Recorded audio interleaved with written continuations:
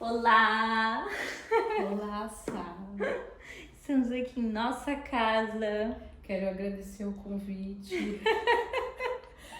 Seu convite em tomarmos um chá Na nossa na casa. nossa casa, da nossa poltrona. Então hoje a gente vai começar uma série aqui sobre os arquétipos, que é um tema que a Manu tá super estudando, que ela adora, que ela fala super bem, que ela domina, que ela usa nos clientes dela para confeccionar identidades visuais, né? E que é uma ferramenta muito importante. E eu quero entender um pouquinho como isso se aplica nas marcas, né? E vamos falar de um arquétipo hoje, porque a gente vai ter uma série cheia deles, mas essa é só a primeira, no chazinho com uma Manuzinha em casa. Sá, você falou uma coisa antes de gravar que eu falei, eu não sei muito.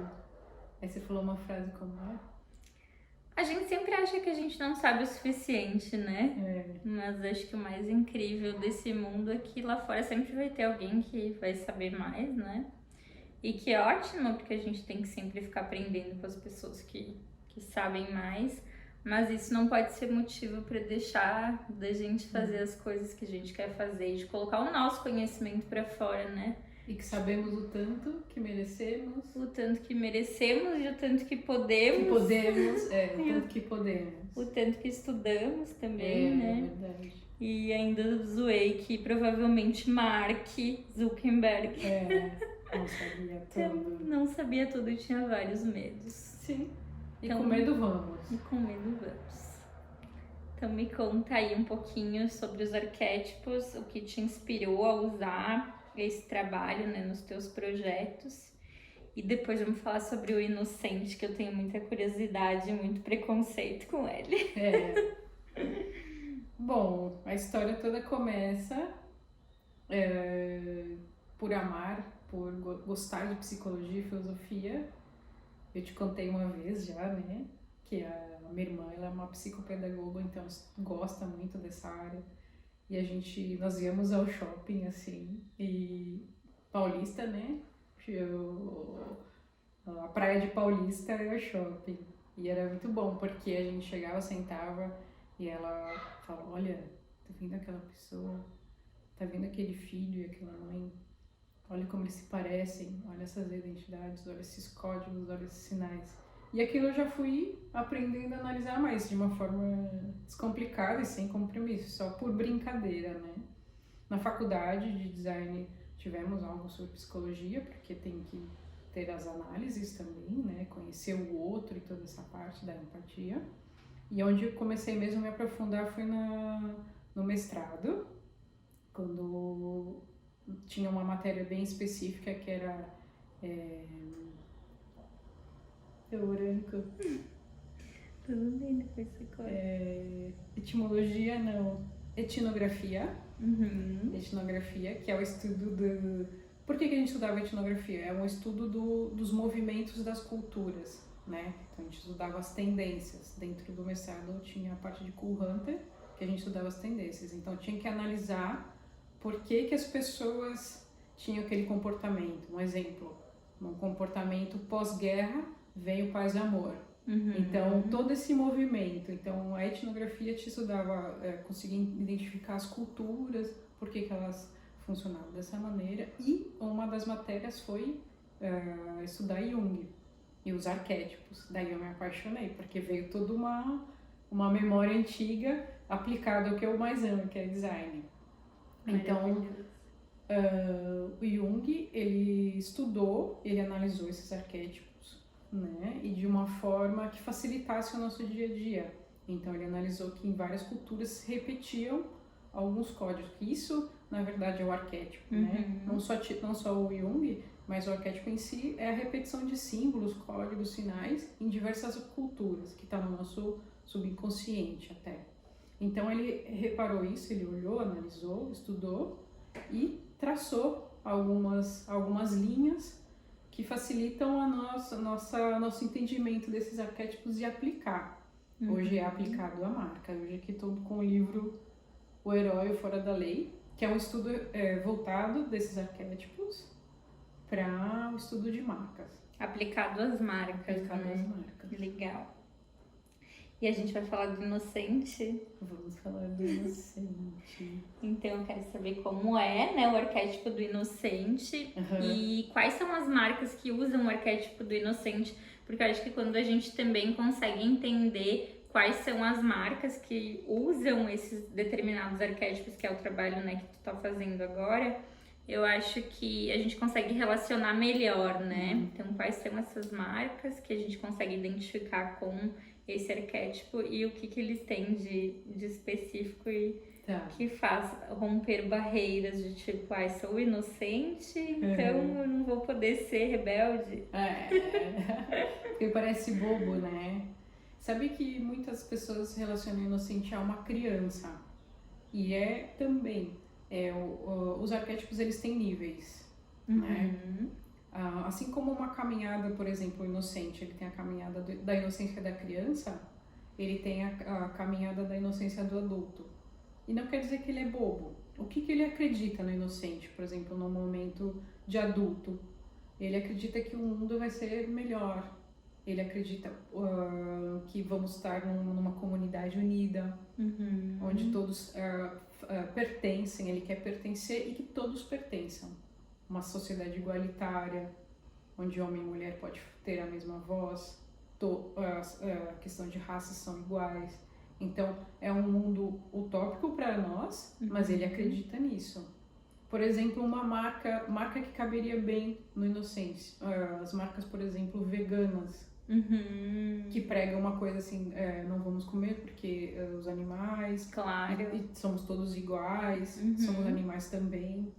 Então, uma outra marca outras marcas que trabalham bem com o inocente, marcas de limpeza, tipo Adobe, vamos supor, né? Então você passa, aquilo te dá uma brancura, uma alvura, né? Uma limpeza, uma maciez, e você tá pronto para o mundo. Então é um arquétipo, eu gosto desse arquétipo, é muito bonito. É um arquétipo também muito ligado à religião.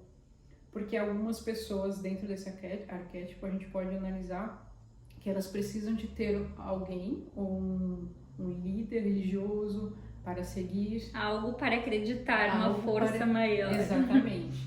Então ele tem essa conotação. Por isso que se chama inocente. Claro, no mundo de hoje, uma pessoa acreditar em algo maior é visto como feio.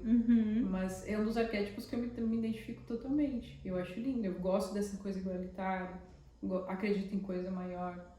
E a inocência da criança também está dentro do arquétipo, mas ela tem uma força tão grande porque ela fala a verdade. Então ela comunica do jeito dela. Então não é um arquétipo de fragilidade, de bobinho. Nossa cultura está muito calcada no arquétipo do rebelde, no arquétipo do governante, que são arquétipos fortes, né? E a gente deixa um pouquinho de lado ele. E ele tem uma força muito, muito pura, que é só dele também. Então tem uma última pergunta para fazer. Quando tu vai fazer uma marca, né, um logotipo, no caso, a parte do logotipo da marca, né? Quando tu vai fazer ele, a pessoa marcou lá dentro do teu projeto que ela tem o arquétipo do inocente. Uma particularidade que tu usa nesse logotipo que tu não abriria a mão, assim, por conta da pessoa ter marcado isso no projeto? Eu fiz um logotipo para uma pessoa que ela estuda com os anjos. E toda essa parte não espiritual, mas os símbolos dele também na história e por que os anjos existem. Bom, é uma infinidade de coisas, mas enfim, eu não abri mão do branco e do azul, por exemplo. A psicologia das cores entraria, tem gente que fala que não tem nada a ver, mas ela traz, né, o branco e o azul, e ela queria uma pitada de dourado. Aí como o dourado é complicado para fazer coisas impressas, nem todo mundo consegue, a gente tirou, mas o logotipo é branco e azul. Então isso é um símbolo bem forte. Na época que a gente conseguiu identificar isso, além do teste que a gente faz, algumas ferramentas que utiliza para identificar o arquétipo, na conversa, no briefing. Então a gente faz bastante reunião, então a pessoa vai me falando, depois ela me envia áudios, referências, o que ela quer. Então tudo aquilo você começa a analisar, é uma construção.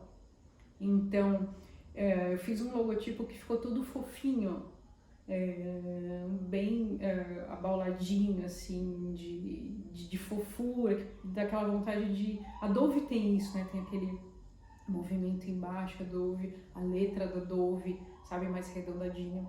Ficou lindo, ela falou assim, ficou muito bonito, mas eu não quero passar isso agora porque vai achar que é infantil. Olha! Aí ela voltou, ela mesma identificou, não, ficou infantil.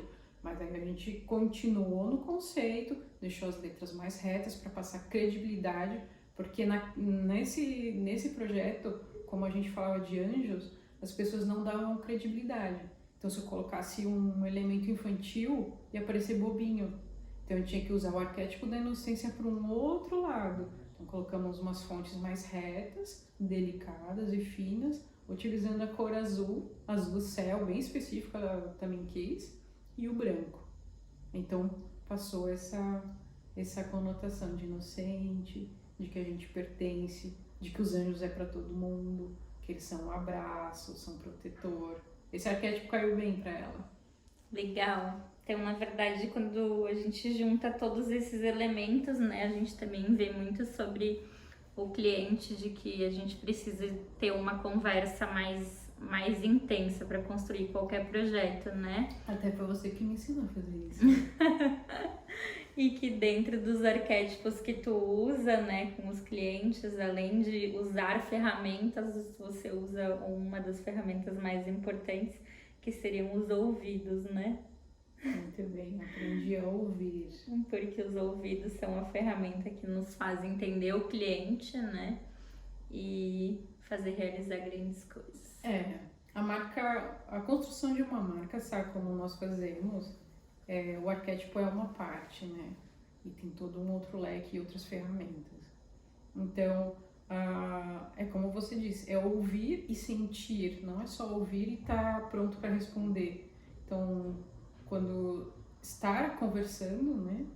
Tá ali pensando, analisando e pronto para fazer uma outra pergunta para tirar mais informação e não só rebater, né? Então, eu acredito que eu venho aprendendo a ver você apresentando e fazendo toda a sua parte mágica de ouvir e essas análises. Então tudo acabando junto, né? Direcionando bem. Então tá, pessoal, a gente vai indo até o nosso próximo chá, que a Manu vai trazer mais um arquétipo, depois mais um e mais um e mais um. São 12, vai demorar. Beijo, então. Dá um beijo pra câmera.